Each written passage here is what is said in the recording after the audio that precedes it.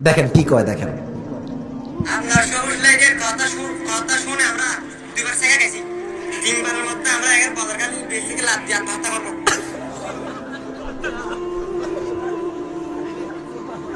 দেখছেন কত দুষ্ট। আমরা বলতেছি যে বাবা আমরা আসতেছি, আমরা আকাশে আছি, একটু পরে ল্যান্ড করব। তো আমাদের আবার একটা ওই কি লাইট একে বলে, লেজার লাইট, এটা মারলে আপনার অনেক দূরে আলোটা যায়। তো আমার পিএস বলেছে যে ভাই আমাদের সবুজ বাতি আছে, আর সবুজ বাতি দেখলে বুঝবেন যে আমরা আসতেছি। তো ওরা যেই গাড়ি আসছে সবুজ বাতি দেখে মনে করছে আসিফ হুজুরের গাড়ি।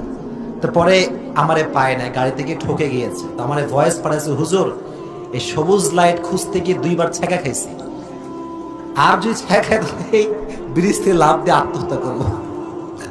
তো আসলে যুবকরা হচ্ছে আমার ভালোবাসার জায়গা, আমি হচ্ছে যুবকদের ভালোবাসার জায়গা, ঠিক না? ওরা তো আমার সঙ্গেই মজা করবে।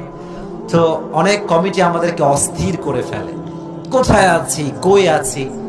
আর কিছু কিছু এলাকার লোক আছে মানুষের কান ভারী করে, বলে যে হুজুর এই মাহফিলে আসবে না। এরকম লোক বাংলাদেশে আছে না নাই? খালি বলে যে আরে এই হুজুর তো ইউটিউবে অনেক ফেমাস, ফেসবুকে অনেক ফেমাস, এখানে আসবে। এটা কেন বলেন ভাই আপনারা? এটা খুবই খারাপ একটা অভ্যেস। এবং আমি অনেক মাহফিলে যাই উত্তরবঙ্গে, এখানে মানুষজন, যুবকরা আয়োজন করে মাহফিলের, এদের কান ভারী করে অবস্থা খারাপ করে দেয়, বলে না অসম্ভব, আসিফ হুজুর এখানে আসবেই না। তা আমি কি হয়েছে, আহামরি কিছুই তো আমি না। আমার কথা, একটা মাহফিলে লোক 1 লাখ হোক কিংবা 10 জন হোক, 1 লাখ হলেও যেমন কথা হবে, 10 জন হলেও তেমন কথা বলতে হবে, ঠিক না বল?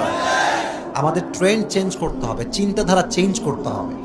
আর সবচেয়ে বড় বিষয়টা হচ্ছে এই কক্সবাজার, এটা এমন একটা জায়গা যেই জায়গার মাহফিলের ডেকোরেশন বাংলাদেশের টপ লেভেলের ডেকোরেশন, আলহামদুলিল্লাহ পড়া ভালো জায়গা মাহফিলের জন্য।